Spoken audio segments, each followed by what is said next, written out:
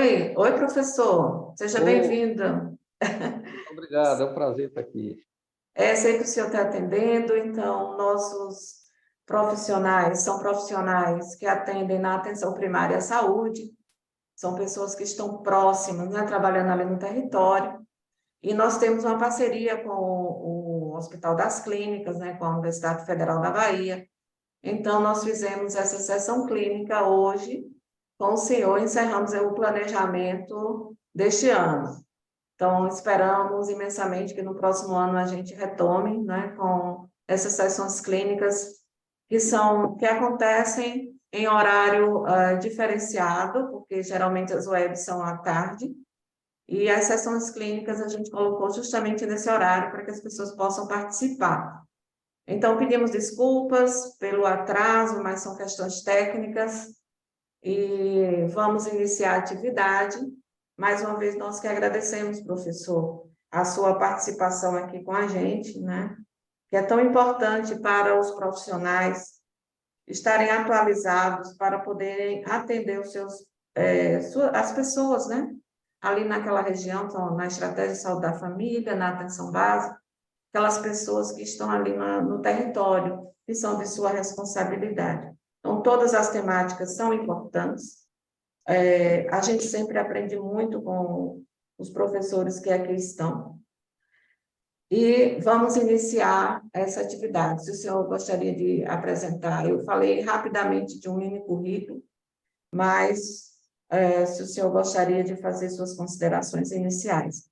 Então, é com o senhor, querendo passar os slides, é só o senhor dizer, e aí a gente vai passando por aqui, tá bom? Combinado. Então, bem-vindos e bem-vindas mais uma vez, avisando que essa atividade ficará gravada e disponibilizada no site. À medida que a aula for avançando, eu vou colocando o endereço para que vocês copiem e possam depois buscá-la, tá bom? É com o senhor, professor. Muito obrigado.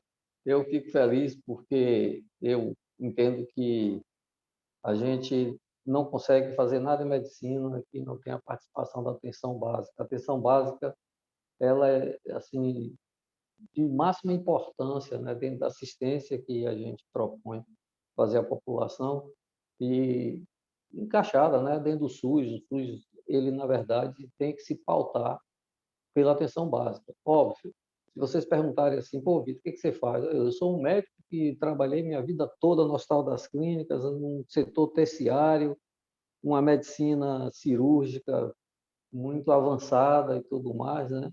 Mas tive a oportunidade de estar hoje atuando também na atenção básica e foi muito gratificante, está sendo muito gratificante para mim, porque assim sempre me incomodava muito quando eu estava no ambulatório, vi as pessoas chegarem, às vezes a gente não dava vencimento, né, à demanda, e também a gente percebia que 80% de quem estava lá no ambulatório da atenção terciária não deveria estar ali, porque, na verdade, essas pessoas estavam precisando era ter sido orientadas antes, né? E eu sempre perguntei isso, poxa, por que que vem? Por que que a gente não faz a triagem aqui, tá?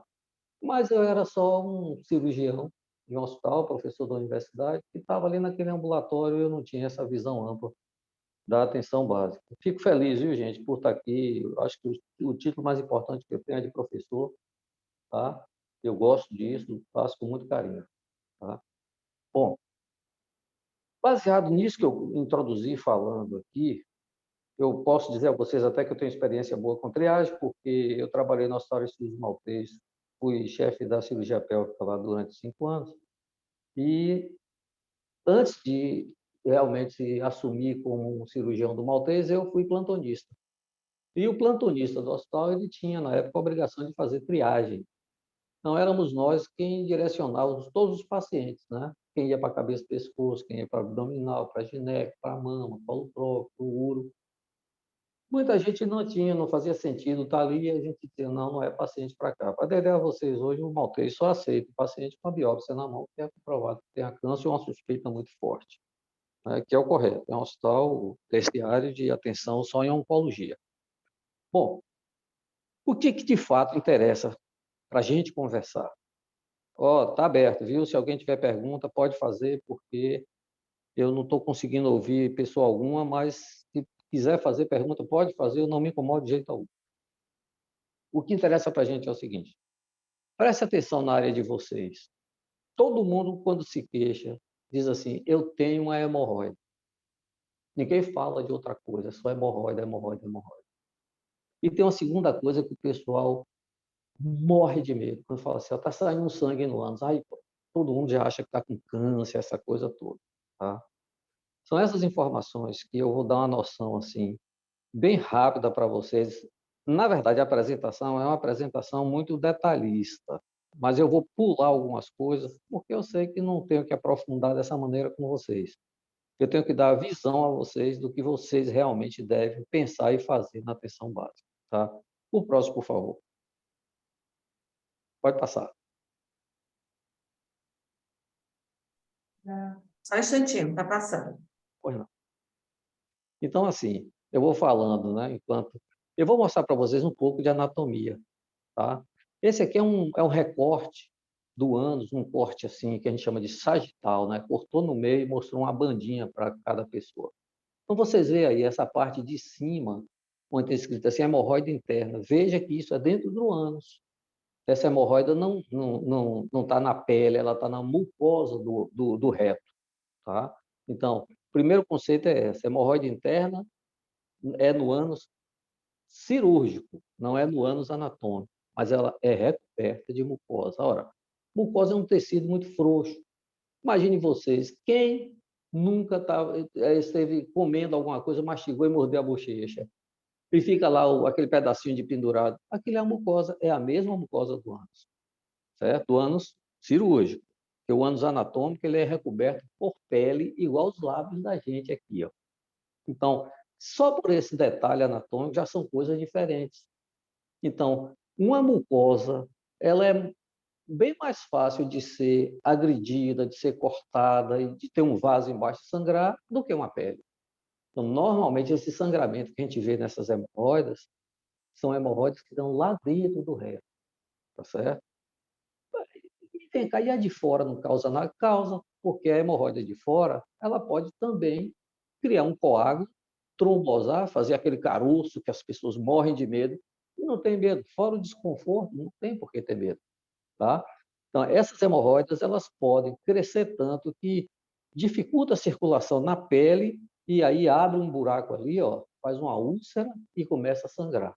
Aquele sangue vivo e tudo mais, às vezes, logo de início sai um coágulo, depois começa a sair sangue vivo e fica saindo sangue até isso ser resolvido. Na maioria das vezes, a natureza resolve, não precisa nem da interferência do médico. Vale a pena ser visto, por quê? Para a gente ter certeza que é uma hemorroida. Né? As coisas parecem ser, mas nem sempre são iguais. Então, ó, dessa linha que está aqui, essa setinha, onde tem hemorroida interna, para baixo é hemorroida externa. Aparece aqui do outro lado a hemorroida externa mostrando os vasos.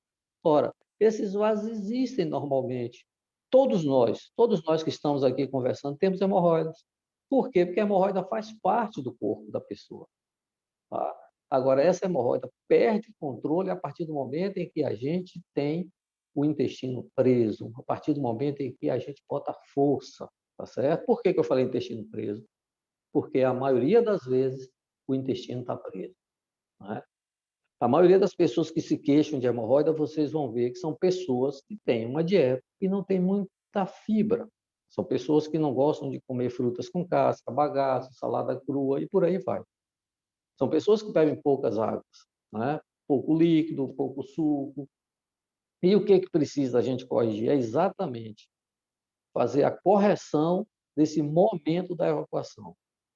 Uma pessoa que trabalha levantando peso, por exemplo, um estivador, aquele que trabalha lá no porto, levantar aqueles sacos e tudo mais, que hoje é mais máquina, mas houve uma época que tinha muito, não é? Quem carrega caminhão põe uma força tão grande que não é incomum essas pessoas terem as tromboses hemorroidárias, que está muito ligado ao esforço físico. Mulher grávida, pela distensão. Então, eu já estou falando para vocês o que causa hemorroida.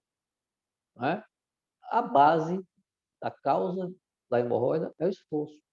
Normalmente, esforço físico, quando põe força na barriga. Então, a primeira orientação que vocês podem dar para as pessoas é essa: ó, tem que corrigir a alimentação. A gente aqui no Recôncavo, A gente come muita coisa que não tem fibra. A gente come farinha, né? Ah, mas a gente come caruru, vatapá, comemos. E o caruru é uma coisa boa, o vatapá é uma coisa boa. Só que a gente não come todo dia. No dia a dia, macarrão, arroz, batatinha, banana, né? Porque aqui tem a tradição da banana, e a banana daqui é muito boa. Por quê? Porque no recôncavo da Bahia se plantava o cacau. E para sombrear o cacau, plantava a bananeira, né? Então, isso disseminou, e a banana é uma coisa gostosa. Aí vem aquela propaganda do atleta que repõe potássio com banana, então tudo leva a gente a comer banana, mas não é só banana. A gente tem que comer as outras frutas, a gente tem manga, não é? Manga é uma coisa que, na maioria das pessoas, solta o intestino, e essa é uma informação importante, assim, por quê? Porque ninguém é igual a ninguém, tá? Então, muitas vezes, tem pessoas que comem, bora dizer assim, goiaba, e prende o intestino, é outro que come, não prende, né? Mas o padrão da goiaba, da banana, do caju, é prender. Por quê? Por causa do tanino.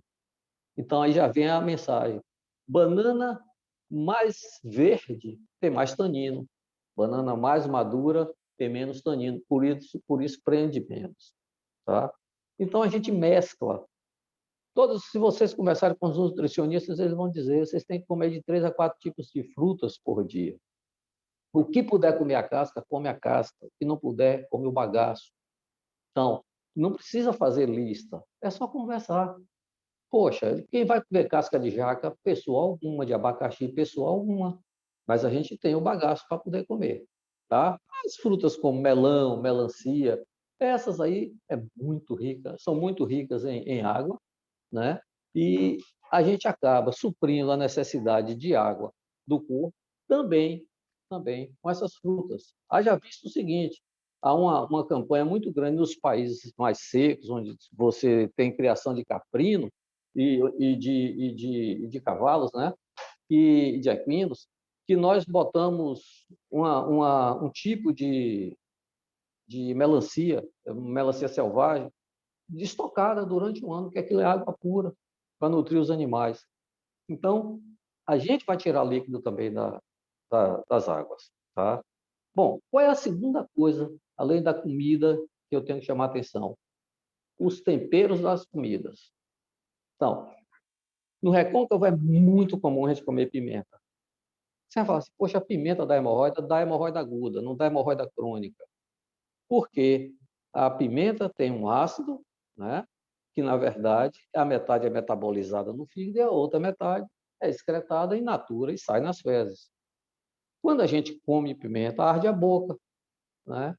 É a mesma coisa que você pegar um guardanapo e ficar passando na boca. Vai mexer com o tecido da pele da boca. O ânus tem um tecido muito parecido, vai acontecer a mesma coisa. O que a gente tem que explicar às pessoas?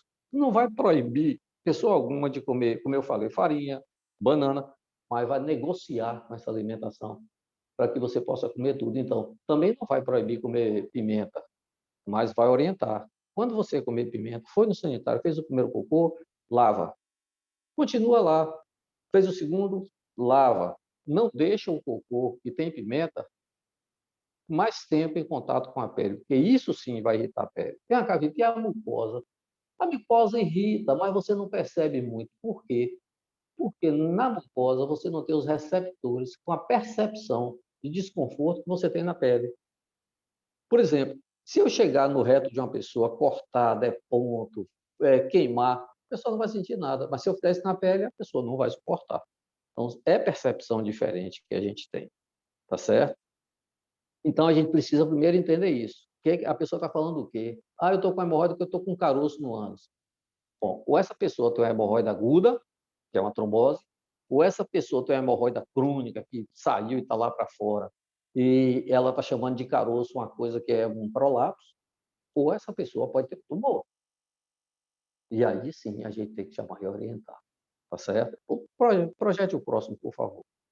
Então, é o seguinte, do ponto de vista de por que a gente tem hemorroida, está explicado.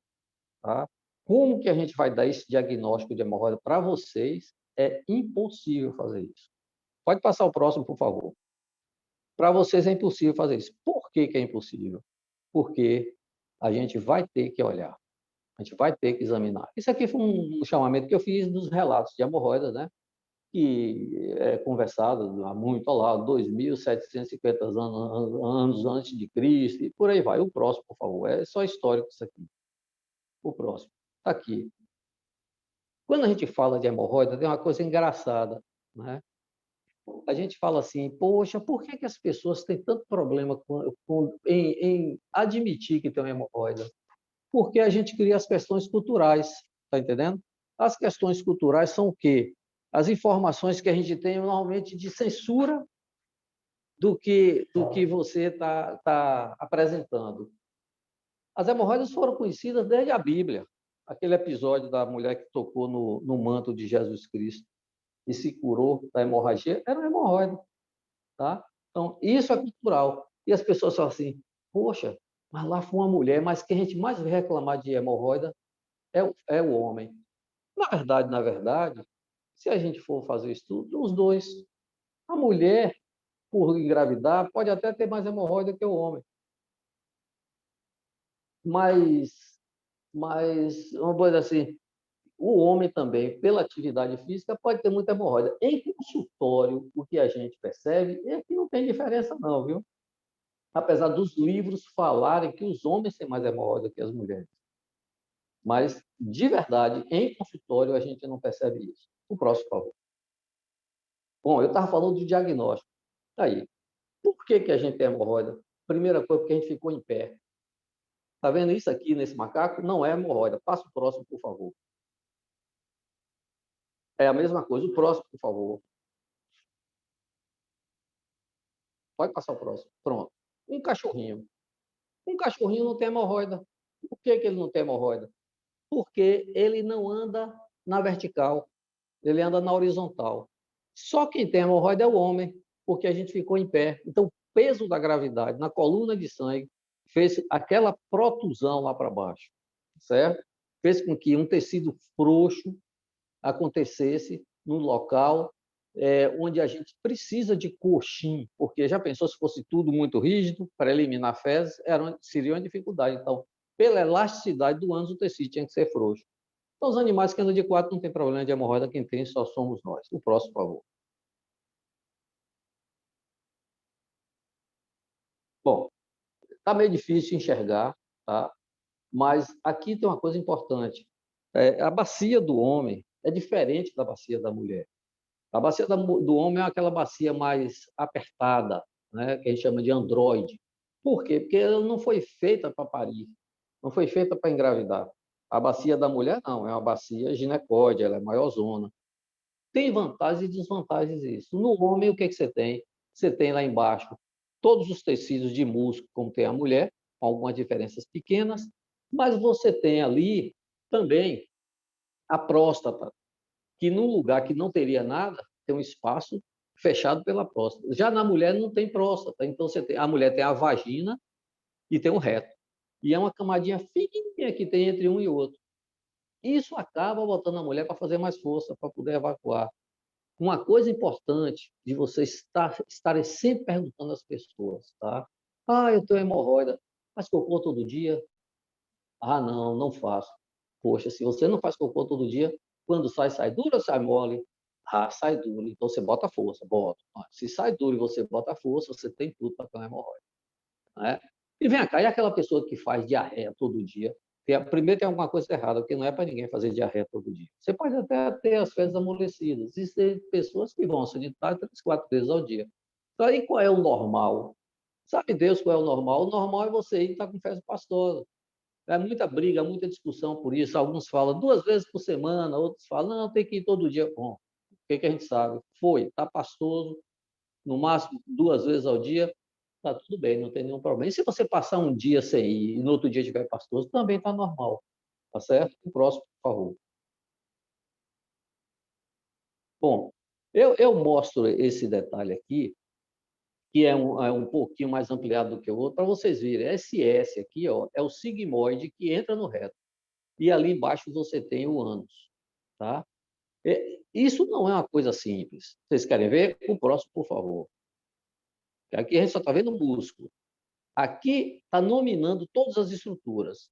Aí já é uma coisa mais complexa. Você vê o canal anal anatômico, que vai da linha pectínea até a borda do ânus, o canal anal cirúrgico, aí vem a mucosa, as válvulas do reto, que não interessa para a gente aqui. O próximo, por favor. Pronto. Aqui, ó, essa é a apresentação de um ânus normal. Essa parte em azul aqui é o plexo hemorroidário interno. Ele acolchoa essa parte do reto, quando o bolo fecal vem, amortece ali, para não sair de vez e não sair machucando, né, o ânus da pessoa. É isso que desgarra, desce ou sai desgarrando até embaixo e faz a hemorroide externa também. O próximo, por favor. A gente fala de hemorroide interna e externa, mas tem hemorroida que tem os dois componentes, que é a hemorroida mista. O próximo, por favor. Não, nem tudo eu vou abordar aqui, não. O próximo, por favor. Isso é para falar de criptite. Pronto. Essa imagem aqui, ó, a gente está vendo em vermelho as artérias e em azul as veias. Hemorroida, ela, na verdade, vem a junção dos dois. Você tem ali uma arteríola e uma vênula. Tanto que uma das técnicas hoje para a gente resolver isso é baseado nesse princípio. O próximo, por favor. Isso aqui, a gente está mostrando o ânus de um homem, tá? Você vê que ali você vê o pênis e cá você vê o ânus dele, é todo cercado de músculo. Deixa eu ver se passa da mulher. O próximo, por favor. Não, aqui está mostrando só as veias que vão para os lados, ó, porque são 3 plexos. Você está vendo um direito, um esquerdo e um no meio. São esses 3 plexos, normalmente, que dão 3 mamilos hemorroidários, que o pessoal gosta de chamar de botão, mas a gente chama de mamilo. E aí, o que ocorre? Às vezes, você tem as hemorroidas acessórias. Então, tem pessoas que têm o ânus todo cercado de hemorroida. O próximo, por favor. Isso aqui é só para mostrar para vocês como é complexa a pelve. Olha para a quantidade de nervo que tem aqui, a quantidade de estrutura, né? A gente está vendo aqui reto, está vendo bexiga, num espaço muito pequeno. Isso é um homem, que a gente está vendo o pênis embaixo, está vendo a bexiga em cima, a próstata não está dando para ver que está aqui no meiozinho, mais embaixo, né? Mas se a gente tiver fezes duras para vencer isso aqui, é muito esforço. O próximo, por favor. Aqui é uma mulher. Olha aí. Está vendo o reto aqui atrás? Aí depois você vê um espaço, né? Uma linha assim, e vê o útero aqui em cima e na frente a bexiga. Então, a mulher, quando engravida, que esse útero cresce, ele comprime logo o reto. Acaba que ele impacta essas fezes em cima, essas fezes ficam mais em contato com o reto, endurece. Vocês que fazem assistência para as mulheres grávidas, devem estar chamando a atenção delas o tempo todo para se alimentarem também com fibras. Né? Veja a importância da nutricionista no programa da gente. Então, tem que comer fibra. Mulher grávida, mais ainda, porque a fibra atrai água para dentro do bolo fecal, amolece as fezes, que se tiver umas fezes, um útero grande aqui, umas fezes muito endurecidas, não passa. E a pastose passa, né? Ele dá um jeito e passa. Próximo, por favor. Pode passar.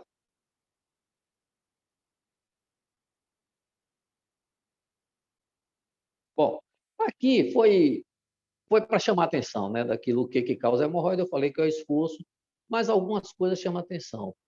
Primeiro, a gente ficar muito tempo sentado no vaso sanitário fazendo força.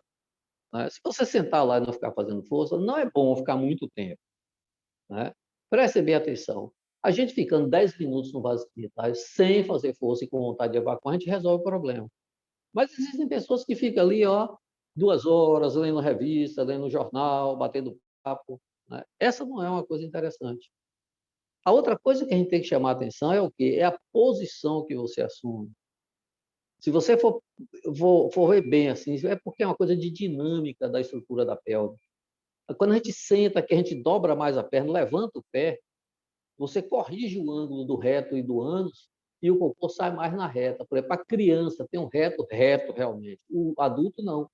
Tanto o homem quanto a mulher faz uma curva para fazer uma válvula. Se a gente levanta o pé, corrige essa curva e você faz o cocô mais fácil. O próximo, por favor. Quem causa hemorroida é o esforço. Eu estou falando aqui do esforço, né? Está mostrando o neném comprimindo o reto e tudo mais, aqui levantamento de peso. Vocês vão lidar, eu não sei se o grupo de vocês lida com gente de zona rural, mas no interior é muito comum a gente ter problema de quem está trabalhando na zona rural de tomar pouco líquido e o dia todo trabalhar com esforço físico muito intenso, né? A gente vai ver muito problema de coluna e muito problema de obstipação. O próximo, por favor.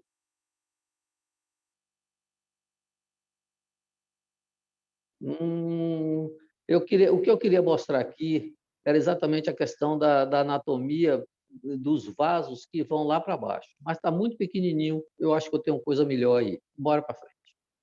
O próximo, por favor.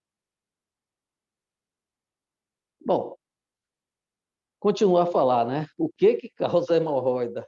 Dieta errada, tá? Esforço. Essa imagem das pessoas felizes aqui é aquela propaganda de você tome tal remédio, vai ficar bom, para saltar o intestino e tudo. Não, o melhor remédio que tem, gente, é a alimentação.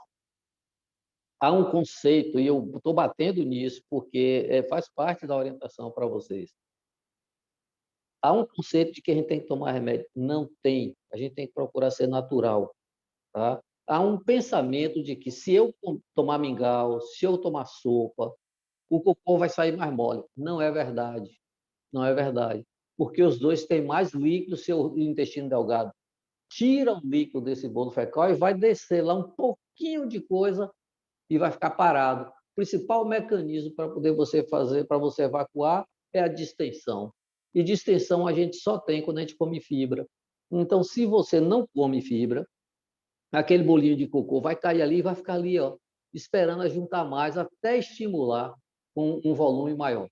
O exemplo que eu sempre dou é assim: se você pegar uma bola de soprar e encher de uma vez, você vai ver aquela história pequena.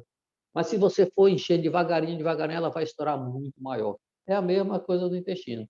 Vai caindo um pouquinho, até despertar a contração para poder evacuar, vai demorar muito, né? Agora, se você jogar um bolo fecal, na hora ele reage e joga fora. Tá? Próximo, por favor. Falei da posição, né? A pessoa, mas as doenças, não, poxa, quando a gente fala de resfriado, a pessoa está espirrando muito, a pessoa está tossindo, é uma pressão tão grande, se a gente for estudar essa coisa de pressão na hora do espirro e da tosse, você vai ver que é muito grande, você pode inverter a circulação, né, da pelve e fazer uma trombose. A diarreia pela acidez ou pela alcalinidade, e é bom que a gente saiba disso, que as fezes do intestino delgado são muito alcalinas, as fezes do intestino grosso são mais ácidas, e o intestino delgado ele é muito mais propenso a fazer irritação do reto e do ânus do que as fezes do colo, que são mais ácidas, né? Então, o ânus, eu não entrei no detalhe ali, porque eu não quero encher a cabeça de vocês, mas o ânus ele tem umas estruturas bem complexas ali, naquela linhazinha que sobe e desce, que sobe e desce. Cada descidinha daquela tem uma glândula, que a gente chama de glândula anal. Pode provocar uma infecção para quem tem diarreia, né? Eu falei permanecer sentado muito tempo, né? E a dieta pobre em fibras. O próximo, por favor. Tá aí. A gente vai falar de tipo de fezes, eu não quero me alongar nisso, porque tem muitos tipos e tudo mais, as pessoas sempre perguntam isso, eu fiz um cocô que ficou em cima, eu fiz um cocô que ficou embaixo, tudo isso depende da composição da alimentação que você tem, tá? O que a gente sabe? Quem come muita proteína acaba tendo fezes mais fétida, né? Acaba não tendo as fezes ricas em fibra, porque proteína não vai ter fibra. Quem come muita fibra acaba tendo fezes mais amolecidas, que atrai água, né? Consequentemente, serão fezes mais finas, que é outro detalhe, que o pessoal fica perguntando, poxa, eu tive um cocô fino, isso não é câncer? Ouvi o galo cantar, mas não sabe qual foi a ser. Quando a gente fala de cocô fino e relacionais com câncer, são aquelas pessoas que põem força para poder fazer o cocô, e o cocô tem dificuldade de sair, quando ele sai, ele é moldado pela restrição e acaba ficando fininho. Então, isso daí a gente tem que preocupar com o estreitamento do ânus. Não tem nada a ver com hemorroida. Não tem relação de câncer com hemorroida. O próximo, por favor. Tá certo? O próximo. Não, eu quero pular tudo isso, é engraçado, mas eu quero pular, eu não quero falar disso. Pode passar, não faz sentido eu falar disso.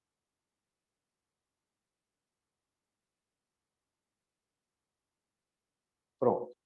Então, aqui, ó, eu estou falando da hemorroide interna, essa que está em cima, estou falando da hemorroide externa, essa que está embaixo. Ora, uma hemorroide interna, você nunca vai ver, só se passar um aparelho chamado anoscópio. Agora, a hemorroide externa, você tem dois tipos, que é aquela hemorroida que é mole, que a pessoa fala, ó, eu me limpo, mas não consigo limpar direito, porque sempre está atrapalhando aquelas peles ali. Essa é uma hemorroida crônica, né? E você tem aquela hemorroida que apareceu de uma vez, que é a hemorroida dura, que a gente chama de hemorroida aguda, né? Externa aguda. Próximo, por favor. Pronto. Aqui é uma amostra de uma hemorroida mista. Essa parte vermelha já é a mucosa do reto que está para fora. Entre essa parte vermelha e a bordinha da pele aqui, nós temos aqui uma profundidade, até um lugar mais escuro. Isso aí é a divisão do reto anatômico, né? Onde você começa o reto, termina o reto, começa o ânus. Então, veja que essa pessoa aqui tem hemorroidas dentro e fora. Se isso aqui entrar, você vai ver e vai ficar também pele para fora. As hemorroidas internas, gente, hoje a gente resolve. Primeiro tratamento é dieta. Uma outra coisa que eu tenho que chamar a atenção de vocês, cuidado e higiene. Pelo amor de Deus, vocês, a partir de hoje, quando forem visitar os pacientes de vocês, oriente, não use papel higiênico, lava. Ah, mas eu não tenho ducha em casa. Eu sei que nem todo mundo pode ter uma ducha. Vai no banheiro, fica de cócoras e lava. O que não pode é passar um papel e sair correndo. Porque se fizer isso, aquelas fezes que ficaram ali, um dia ela vai começar a irritar, vai desenvolver uma coisa chamada de dermatite perianal. Pense num negócio difícil de tratar, porque aí você vai ter que corrigir o hábito de higiene dietética, tá certo? Próximo, por favor. Tá? Essa aqui é hemorroida mista, tá? Aqui, uma hemorroida aguda, tá? Que você está vendo o carocinho do lado de fora, é uma trombose. Lá dentro, ó, aqui na parte do lado direito, você está vendo os coágulos dentro do plexo hemorroidário. Tá certo? Está vendo desde o interno até o externo. Isso é muito comum de acontecer. Tá? Não falei? Pimenta, esforço, uso exagerado de papel. Existem pessoas que pegam ou enrolam o papel no dedo e passam no ânus achando que está limpando. Não está. Isso está errado. Quando a gente fica de cócoras, o ânus praticamente inverte e a gente consegue lavar tranquilamente, sem deixar resíduo. Tá?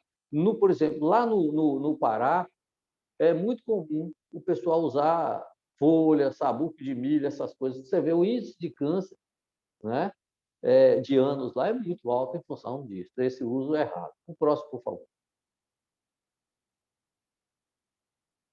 Essa aqui, olha aí, a metade do canal anal tem um trombo hemorroidário. Esse tipo de trombo aqui é que as pessoas confundem com câncer. Todo mundo, quando tem um negócio desse, só pensa logo em câncer, né? Isso aqui é um coágulo que virou um trombo. Tem nada a ver com câncer, mas para dizer é ou não é, tem que ser visto. Não dá para a gente falar isso sem olhar. O próximo, por favor. São hemorroidas mistas, né, crônicas, que eu estou mostrando que não é nem trombose, principalmente a do lado esquerdo. Você está vendo bem, tem em cima duas hemorroidas externas que aparecem, embaixo tem duas mistas, ó, que tem componente interno e externo. O próximo, por favor. Aí, ó, uma perfuração, tá vendo? É essa perfuração, dessa distensão que começa a sangrar e fica sangrando, sangrando. Esse sangramento é comum? Não, não é esse o sangramento mais comum de hemorroida. O mais comum é aquele da hemorroida crônica, interna, de trauma. O próximo, por favor. Pronto. A gente vai falar, né, de... Isso aqui é o pessoal com mau gosto danado. Um monte de besteira que faz na televisão para poder vender. O próximo, por favor. Faz sentido isso? Bom, o que uma hemorroida pode fazer? Depende. Se ela for aguda, ela vai dar dor, vai dar sangramento, se ulcerar, né? Pode arder, pode arder. Pode dar secreção, por quê? Porque a parte interna do ânus é mucosa, a mucosa produz muco, né? Produz muco tranquilamente. Se ela for crônica, ela pode dar secreção. Qual é a secreção? Né? Pode sangrar, mas só sangra se ela for crônica, se for interna. Se for externa, só se trombosar, então aí é mais aguda, tá? Qual é o problema da hemorroida crônica? É o prolapso. Porque quando sai de dentro, é uma coisa comum quando vocês estiverem conversando com os pacientes. Ah, eu tenho hemorroida. Sua hemorroida é aquela hemorroida que quando você vai no banheiro, ela sai, depois ela volta. Se disser de pronto. Essa pessoa já tem uma hemorroida que precisa de tratamento. Porque esse tipo de hemorroida a gente classifica, ó, hemorroida primeiro, segundo, terceiro e quarto grau. Primeiro grau você só vê se você passar um aparelho chamado endoscópio. No segundo grau é aquela hemorroida que sai e volta sozinha. E o terceiro grau é aquela que sai e você tem que empurrar para dentro com o dedo. E o quarto grau é aquela que não adianta você empurrar, que ela não vai entrar. Essa é uma hemorroida mista. Você vai dizer, vem cá, Vitor, e eu lá, fazendo minha entrevista com a pessoa, ela me diz assim, rapaz, eu tenho uma hemorroida que sai e entra. Eu posso dizer a ela, isso é hemorroida com certeza? Não, não pode. E aí é que mora o perigo. Porque essa hemorroida, tá, pode acontecer dela ter, você ter um pólipo, tá certo? Você pode ter um pólipo. E essa hemorroida, esse pólipo ele sai, mas pela altura dele ele volta sozinho. E o pólipo, numa percentagem menor, mas ele pode ter uma relação com câncer. Agora, um pólipo que ele volta sozinho, um pólipo que sai e volta, ele não é um pólipo pequeno. Tá? E a gente sabe que um pólipo de 1 centímetro, ele tem 80% de chance de ser um câncer. Aí a gente tem que realmente prestar atenção e conduzir essa pessoa para o médico. E quando vocês conduzirem para o médico, você vai pedir ao paciente para chegar no médico, ou vocês falam, porque, por exemplo, eu faço atenção aqui no posto, os meus agentes aqui, todos conversam comigo, tranquilo, Vitor, estou mandando fulano aí, tem isso, isso, isso, isso. Para mim é ótimo, porque eu já chego mais ou menos orientado de tudo quanto é área. Eu não tenho esse problema comigo, não. Então, assim, já me deu a pista, né? Então, o que é que a gente precisa? O médico precisa tocar. Se ele não tem experiência com isso, ele tem que pedir a consulta com um especialista. Porque pode ser realmente uma hemorroida, pode ser uma papila hipertrofiada, e pode ser um pólipo, e pode ser um câncer. Tá? Então, aí entra aquela informaçãozinha preciosa que a gente tem que dar. E pode estar coceira, que é o prurido. Por quê? Que quando sai, é mucosa, produz muco, e isso umedece a pele do ânus. O ânus vamos dizer assim, tomado de bactérias e fungos, e essas bactérias e esses fungos podem muito bem, tá, produzir essa coceira por mudança de pH, umidade e tudo mais. O próximo, por favor. Então, tá aí. Como é que a gente dá diagnóstico? Primeiro, a história, que é o que vocês vão fazer. Se já vem encaminhado, tem uma informação boa para a gente. E o exame? O exame qualquer médico clínico tem que saber fazer.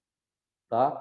Todos os meus alunos daí da UFBA, todos que passaram no ambulatório comigo, eu ensinei. Não tem desculpa para não saber dar o diagnóstico.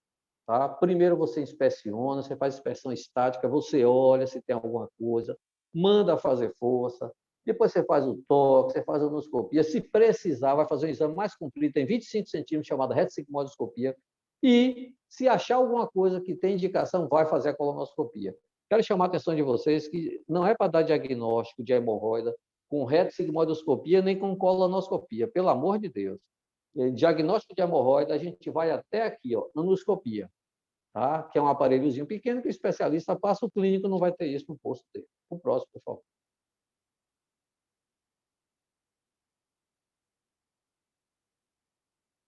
Tá, aqui eu estou falando do exame da inspeção, tem esse elefante aqui, que ninguém precisa fazer isso para dar diagnóstico que elefante não tem hemorroida, graças a Deus. O próximo, por favor.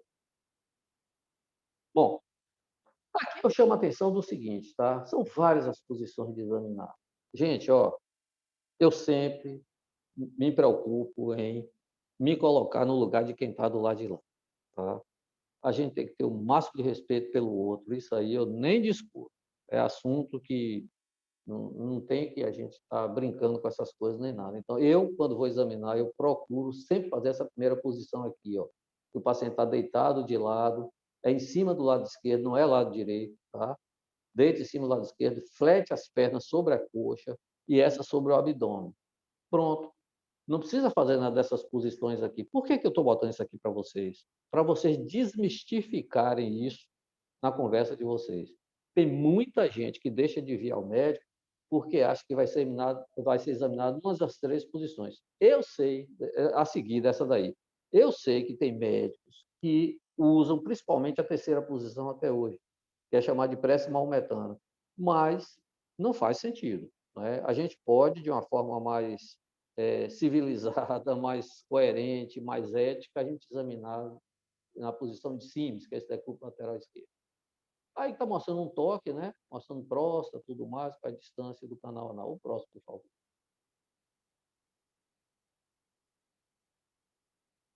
O próximo. Pronto, é a posição. Isso é um molde, né? Não é uma pessoa, mas essa é a posição que a gente examina. Tá?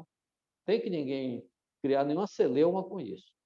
Para mim, ou para qualquer médico, examinar o ânus ou examinar o pé ou o olho é a mesma coisa. O próximo, por favor.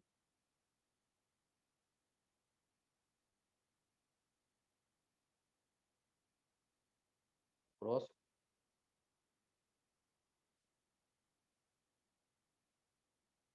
Bom, o que a gente está mostrando?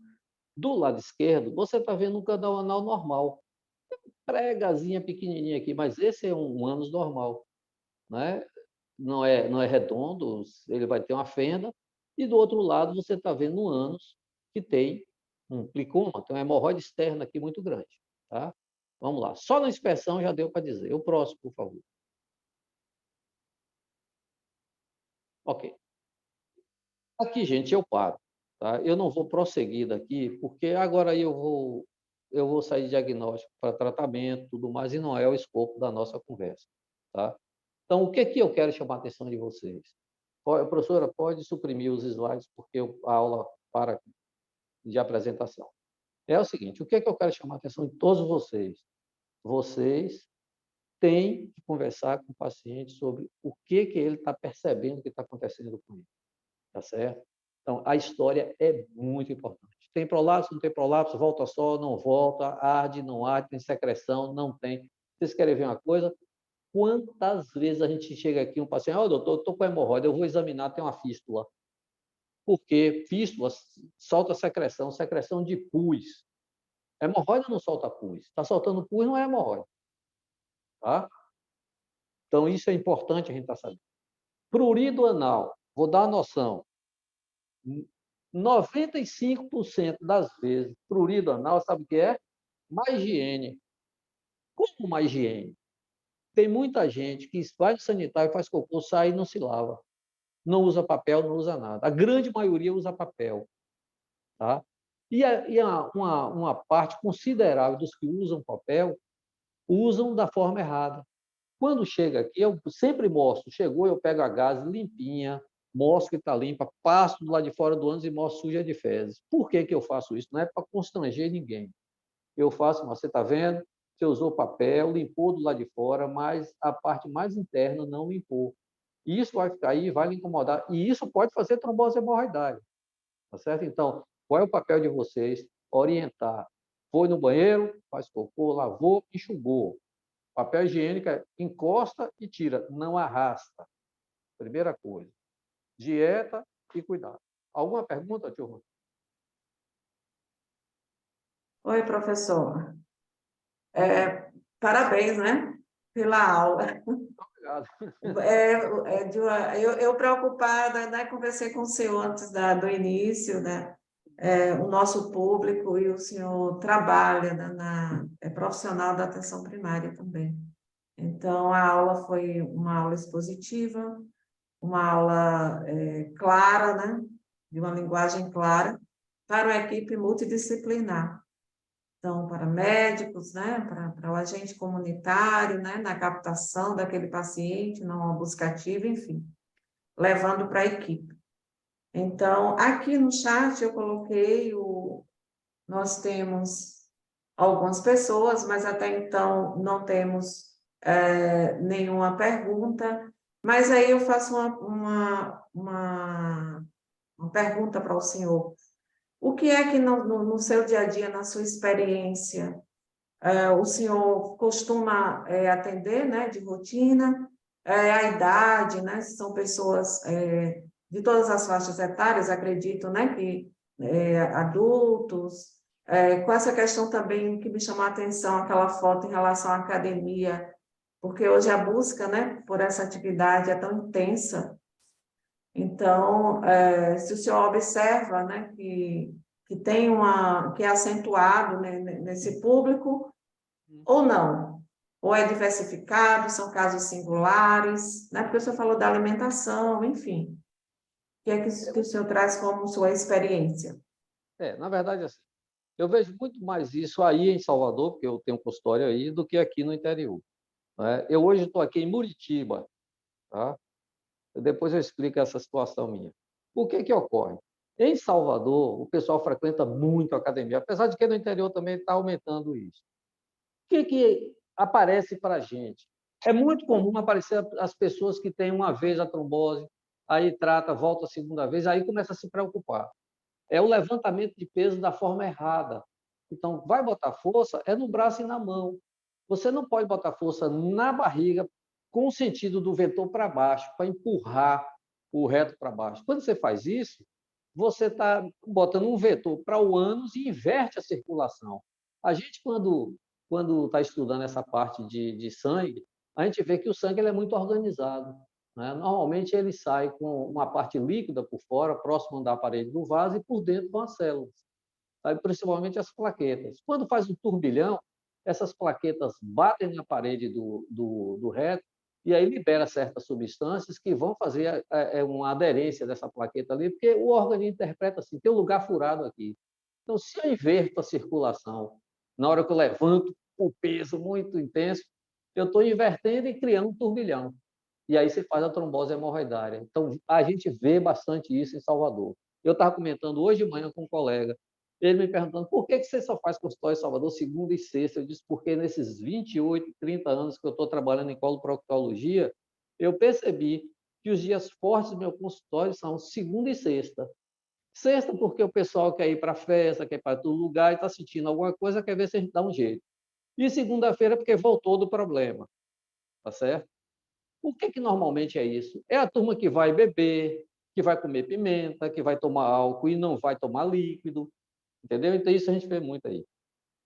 Agora, criança, a senhora me perguntou, algumas crianças têm hemorroidas, mas eu não costumo ver trombose em criança, não. A gente vê muito em criança aquela hemorroida incipiente do esforço do ressecamento. E aí é tomar as medidas higiene dietéticas cabíveis, mas trabalhar muito com a alimentação. Cada vez mais a gente observa, né, a importância da alimentação. Nós Eu, temos, eu, professor, eu duas vou dizer uma coisa perguntas. assim, Sim. deixa eu dizer uma coisa, senhora. Eu quando vim para cá, para o interior, eu não tinha intenção nenhuma de ficar, tá? Aí eu tive um convite para ser diretor médico de uma cidade que eu sou de lá, que é Cruz das Almas, e eu fui só com um propósito. Eu digo, eu vou, mas eu quero fazer um trabalho em atenção básica. E fiz um projeto, tentei fazer as coisas, mas infelizmente a política ela atrapalha muito a parte técnica da gente, é muita interferência, tá? Aí o pessoal aqui de Muritiba me pediu para vir, eu vi, mas meu propósito é esse, eu digo, eu faço desde que a gente bote um pezão dentro da atenção básica, certo? Porque o que ocorre? Se a senhora for analisar a quantidade de pessoas que saem daqui do interior para a capital, com um destino incerto, é muito grande, e coisas que a gente pode resolver aqui, tá certo? Eu realmente fiquei apaixonado por atenção básica, gosto de fazer, atendo criança, adulto, tudo mais, tem sido gratificante. Realmente. Mas a senhora ia me perguntar o que foi. São duas perguntas, de Thaísa e de Felipe. Hum. Thaísa diz o seguinte: além das orientações que devemos fazer ao paciente em relação à alimentação, hábitos de vida, tem mais algum tratamento que podemos fazer na atenção básica? Pois é muito difícil o encaminhamento ao proctologista na rede, e ela agradece essa atenção e a sua resposta. Assim, o que vocês podem fazer com primeira conversa é fazer a orientação higiene e dieta. Se vocês fizerem orientação de dieta e de higiene, de lavar e enxugar, já estão fazendo uma coisa muito boa, tá certo? E não precisa caminhar para o proctologista, tem que encaminhar para o PSF, para o médico de atenção da família aqui. O médico de atenção é que vai, né, primeiro avaliar e depois julgar se ele vai mandar para o proctologista ou não, tá? A gente tem que lembrar que a dificuldade, às vezes, é de comunicação. Tá? Eu, por estar trabalhando na capital, eu tenho resolvido um monte de problema aqui. Tá? Eu sempre falo com as pessoas, quando eu estava aí, que aparecia um paciente com sequela de AVC, tumor de reto, eu olhava na tela e dizia, eu não quero esse aqui não, que vai passar 15 dias, 20 dias no meu leito. Eu quero um paciente operado em 4 dias. Mas se todo mundo fizer isso, esse doente vai ser operado aonde? Então, a vinda nossa aqui foi boa por isso, porque muda a percepção das coisas. Mas eu posso garantir, se por um acaso houver um esforço do médico do posto, esse paciente vai ser encaminhado, porque tem serviço em Salvador, a gente tem no Hospital da Irmã Dulce, a gente tem no Hospital Roberto Santos, tem lá no Hospital das Clínicas, certo? E tem no Hospital Santa Isabel, e tem no hospital, não sei se ainda está atendendo, que é aquele lá da Paralela, o São Rafael. Ok. A pergunta de Felipe é o seguinte, professor Vitor. Trombose hemorroidária ou hemorroide agudizada, somente o banho de assento de lidocaína tópica era suficiente. Foi o que Felipe leu, né? Os pacientes já chegam, às vezes, com prescrição de Proctil. O que fazer nesses casos? Boa, Felipe, gostei. Ó, na verdade é assim, Felipe. A trombose hemorroidária, o primeiro passo que a gente toma, além dos dois que eu já falei, é você fazer banho de assento em água gelada, tá certo? Não é água morna. Olha um jogador de futebol quando toma uma pancada no tornozelo, a gente não bota na gelo.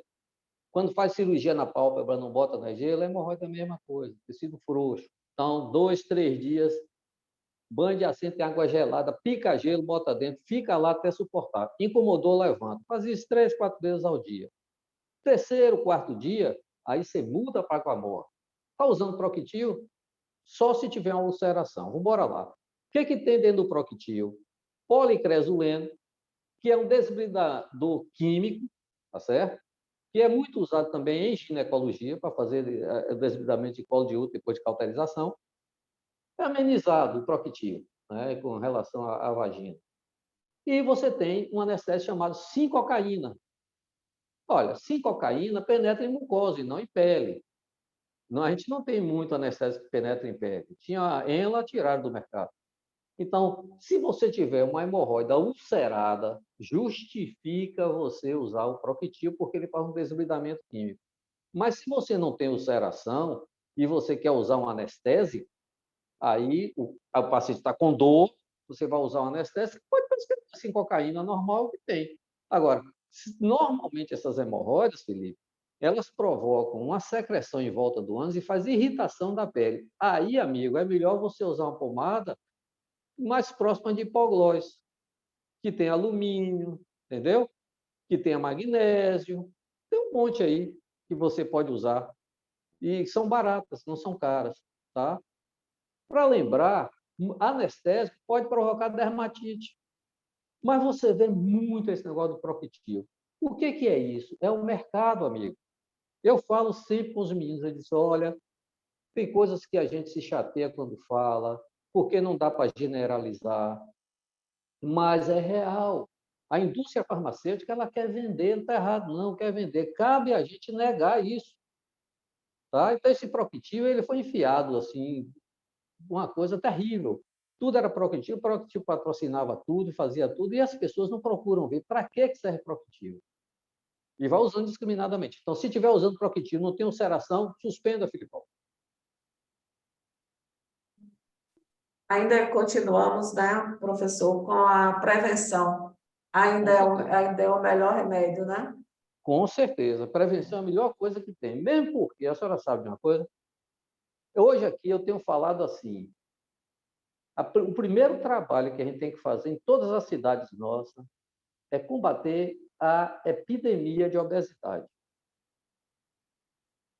Então, na hora que a gente combater a epidemia de obesidade, nós vamos ter outro tipo de medicina, porque a quantidade de hipertensos, diabéticos e de câncer que está relacionado com a obesidade é absurda. Então, o trabalho tem que ser, primeiro de tudo, nutricional e higiene. Bem, aqui no chat não temos mais perguntas, se alguém ainda quiser, ainda temos um tempinho. E aproveito para avisar para vocês que a declaração de participação, ela será enviada para o e-mail que foi informado na inscrição, tá? E a apresentação depois, a gente coloca lá no site, e eu vou colocar aqui para vocês o endereço. No site vocês conseguem localizar direitinho. E aí, professor, caminhando já para finalizar, agradecendo mais uma vez o senhor aí atendendo, né? Deu uma parada no atendimento para atender a gente.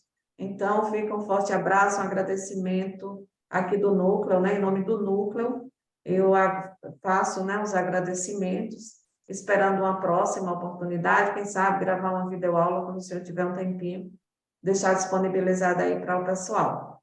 Então, Felipe, tem mais aqui uma pergunta. Existe algum fluxo para o Hospital das Clínicas? E na unidade, né, na unidade que ele trabalha, há fluxo para disfunção erétil para o Hospital das Clínicas. Ele quer saber se tem esse outro fluxo, né? É o que ele conhece aqui. Felipe, tem um programa mais saúde, mais vida, que você pede a consulta e vai direto para o Hospital das Clínicas, que não é a regulação. Eu me assustei quando eu tive um paciente com leucemia aqui e um com linfoma, que eu não conseguia botar no Hospital das Clínicas, apesar de estar com tudo pronto lá para receber o doente. Aí eu fui ver que existia esse programa, que eu tinha que ir via esse programa. Tá? Eu Professor, fechou o áudio, por favor. Ótimo. essa questão da minha área, tá? Mas, infelizmente, essas coisas de burocracia a gente não conseguiu implantar. Mas, se vocês precisarem de qualquer coisa que você esteja entendendo que o paciente está realmente precisando, não tem nenhum problema, tá? Pode pegar meu telefone aí, eu dou, não tem nenhum problema, me liga, que lá no meu ambulatório eu dou um jeito de botar quem precisar, tá bom? Então, a gente agradece, né, o pessoal que está aqui na sala, que ficou aqui com a gente nessa manhã. Pronto, Felipe agradece ao senhor, professor. E as suas considerações finais em relação à atividade e a sua análise também em relação a essa atividade, né? Assim, é muito engraçado a gente aceitar as mudanças, né? Quando começou esse negócio de pandemia aí tu me falava, eu ficava olhando para ele, eu digo, esse negócio de fazer a distância não vai ser bom. Eu tinha impressão ruim. Mas as coisas foram acontecendo, e eu estou achando maravilhoso o que está acontecendo. Olha para quantas pessoas estão conversando em locais diferentes, sem ninguém se deslocar e tudo mais. Isso é muito interessante. Óbvio que a gente não pode fazer tudo, mas grande parte a gente pode fazer e pode ajudar. Fico muito honrado de vocês terem me convidado. Peço desculpas pelas minhas falhas. É por questão de trabalho, não é desatenção, tá certo? Estarei sempre aqui. Se precisar de mim, pode falar que eu venho, faço. O maior prazer. Se alguém precisar de alguma coisa aí, eu sou uma pessoa que eu nasci para servir. Eu tenho isso na cabeça. Eu não tenho nenhum problema quanto a servir as pessoas. Viu? Muito obrigado. Que Deus ajude a todos nós. Sim. As intercorrências acontecem, a gente sabe, né? O corre-corre, enfim. Mas nós, mais uma vez, agradecemos ao pessoal aqui que está aqui com a gente, e até uma próxima oportunidade, se Deus quiser. Forte abraço, bom trabalho aí para o senhor e para todos Obrigado. nós. Tudo de bom a Até a todos. próxima. Até. Tchau, pessoal. Vou encerrar aqui a sala.